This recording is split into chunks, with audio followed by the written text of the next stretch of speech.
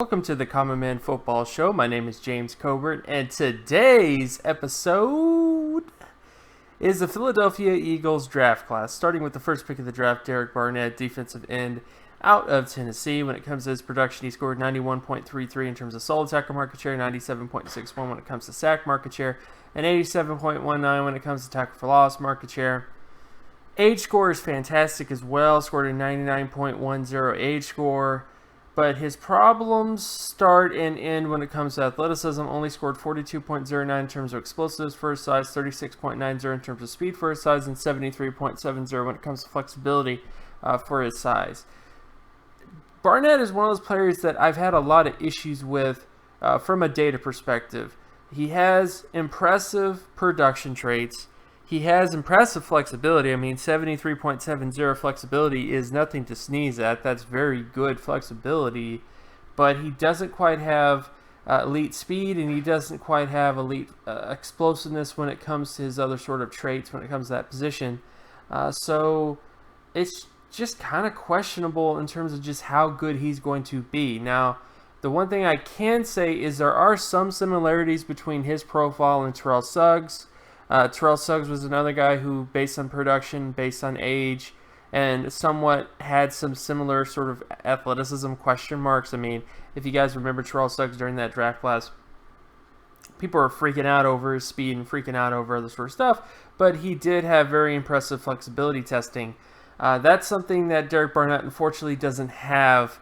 Is the same sort of profile as Terrell Suggs as an athlete, and he also doesn't really have the same sort of profile in terms of production. But who really knows?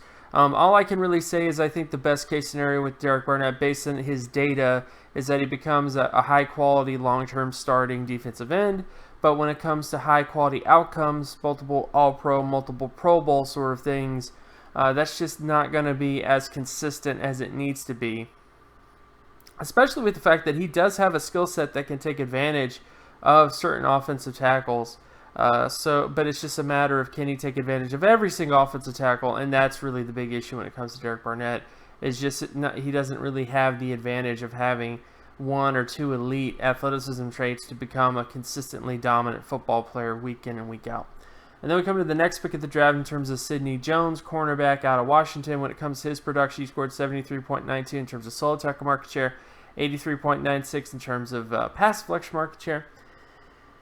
And when it comes to his athleticism, this is where the issue started. Had 24.35 in terms of explosives for his size, 46.85 when it comes to speed for his size, and 34.20 when it comes to flexibility for his size. None of those marks are All-Pro or Pro Bowl level when it comes to his overall athleticism traits. He has more things in common with, say, A.J. Bowie, and this is actually Sidney Jones compared to A.J. Bowie from a athleticism standpoint. But Sidney Jones has nothing in common when it comes to the All-Pro cornerbacks in general. You know, he doesn't have the arm length of All-Pro cornerbacks. And even though he does have positive production, he doesn't really have the athleticism to fit that sort of thing.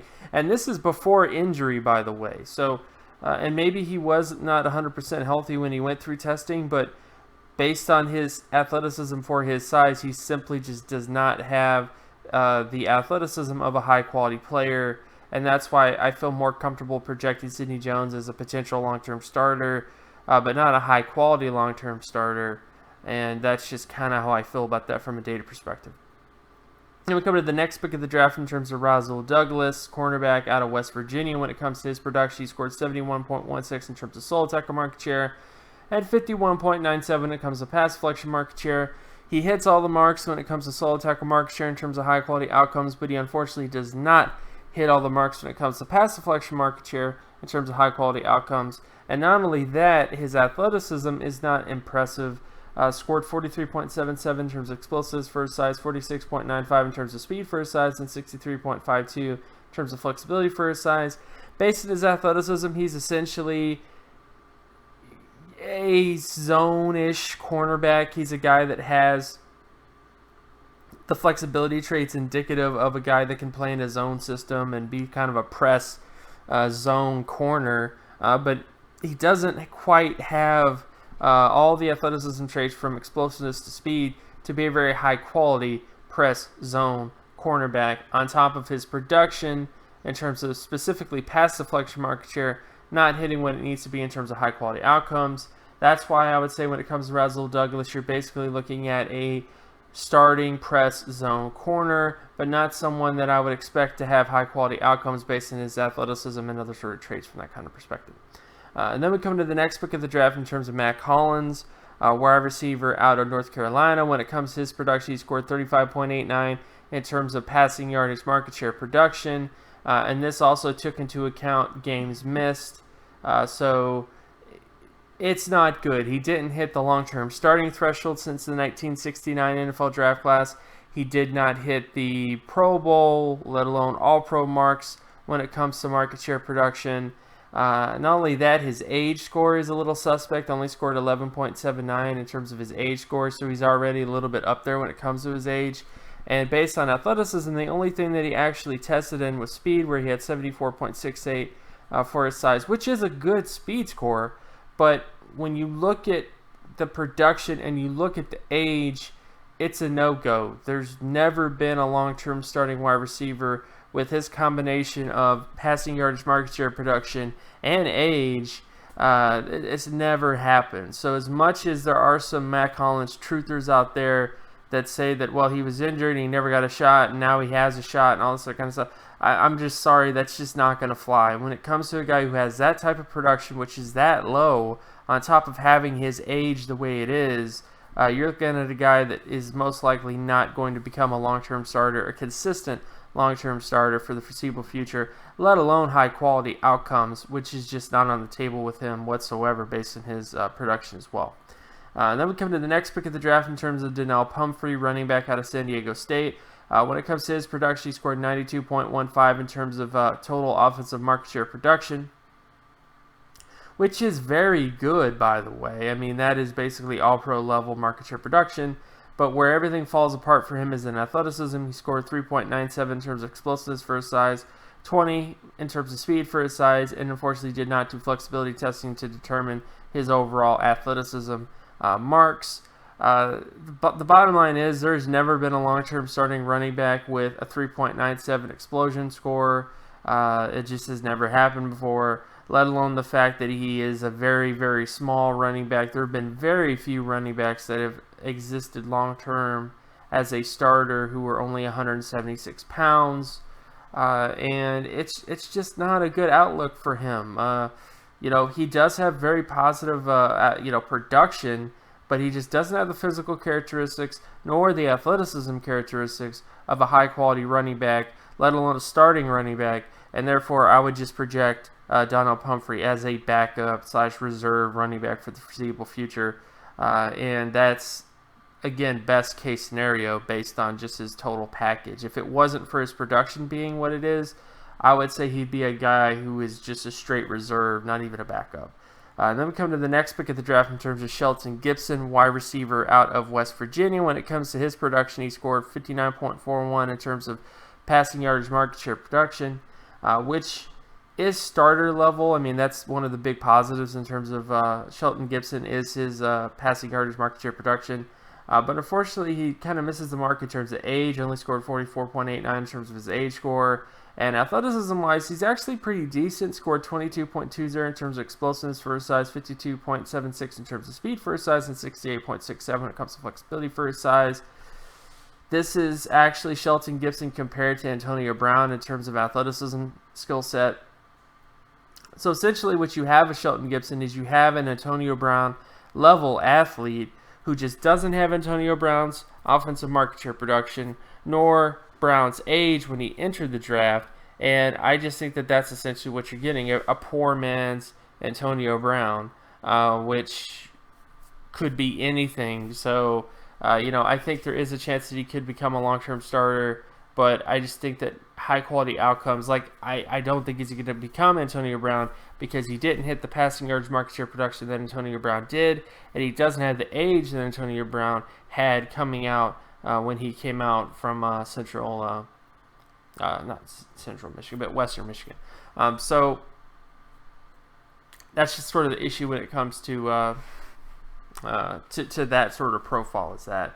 And then we come to the next pick of the draft in terms of net. Gerry, defensive safety out of Nebraska. When it comes to his production, he scored 82.77 in terms of solo tackle market share, 98.57 in terms of interception market share, at 77.27 when it comes to pass deflection market share. All those marks in terms of just his overall production is decent. It doesn't really hit all the areas it needs to hit in terms of really, really high quality outcomes, but at least does hit a decent amount when it comes to his production. His only issue realistically is just athleticism. He only scored 47.08 in terms of explosives for his size, 71.45 in terms of speed for his size, and 53.77 when it comes to flexibility for his size. His flexibility kind of knocks him off from Pro Bowl or All-Pro outcomes when it comes to the safety position, but he does have enough positives in terms of just his athleticism and his production that I think long-term starter is something that you could definitely see for Nat Gerry. I think that's the best case scenario for him, and I think it's a likely scenario that he could become a long-term starter for the Philadelphia Eagles. If not this year, definitely could develop into that eventually. So I think that's kind of the best case scenario for Nat Gerry. And then we come to the last pick of the draft in terms of Elijah Qualls, defensive tackle from Washington. When it comes to his production, he scored 29.38 in terms of solo tackle market share, 58.86 in terms of sack market share, and 32.49 in terms of tackle for loss market share. Age score is fairly decent, scored 81.67 in terms of his age score. And realistically, the only issue that he has is in production. Again, 29.38 doesn't really hit the outcomes it needs to hit in terms of solo tackle market share. At 32.49 doesn't really hit very good outcomes when it comes to tackle for loss market share. So those aren't really great, but he does have positive athleticism traits, scored 54.26 in terms of explosiveness for his size, 91.21 in terms of speed for his size, and 74.57 when it comes to flexibility for his size. So he has impressive explosiveness, he has impressive speed, especially for his size, and he also has impressive flexibility for his size. I think this could work out. I think he could become a long-term starter. That's very much a possibility when it comes to him. But I just think when it comes to high-quality outcomes, those things I think are just off the table when it comes to Elijah Qualls based on his production in college. So even though he does have very positive athleticism traits, easily the most athletic player in the class for his size is Elijah Qualls. I just don't think that he has the production indicative of a high-quality player, and thus I would just feel more comfortable projecting him as a long-term starter only. So how do I feel about the Philadelphia Eagles draft class from a data perspective? Well, I don't think it's really that great of a class. You have lots of guys that are going to be starters. I think Derek Barnett can become a starter. I think Sidney Jones can become a starter. Rasul Douglas can become a starter. Shelton Gibson can be a starter. Nat Gerry can be a starter. And Elijah Qualls can be a starter. But none of them have a clear, bright line to high-quality outcomes. Derek Barnett misses the marks in terms of speed to kind of hit the Pro Bowl or even All-Pro level when it comes to his athleticism traits. Sidney Jones misses multiple marks when it comes to his athleticism to be a high-quality player based on the past high-quality players. Rasul Douglas misses some of those marks when it comes to his production and his athleticism as well. Mack Hollins doesn't really have the production indicative of a long-term starter. Donnel Pumphrey just doesn't have the athleticism indicative of a long-term starter. And Shelton Gibson just doesn't really have the production of a high-quality player, let alone just a starter. Nat Gerry doesn't have the athleticism traits of a high-quality safety, just starter, safety, athleticism. And Elijah Qualls doesn't quite have the production to really be a high-quality player. So, again, when I grade draft classes, I'm grading these draft classes on how these players look compared to past players that have become multiple All-Pro players, that have become multiple Pro Bowl players. And my goal is essentially to look at those traits and see, okay, what are the commonalities here, and to see if the players you drafted share the traits that those past players had, or data traits, if you will. And unfortunately, none of the players that you drafted fit the data traits of high-quality players. And not only that, you have a lot of players that are just on shaky ground when it comes to their production or when it comes to their athleticism to basically indicate, much of anything. Like, they can become starters, but they're not necessarily going to be incredibly dynamic starters.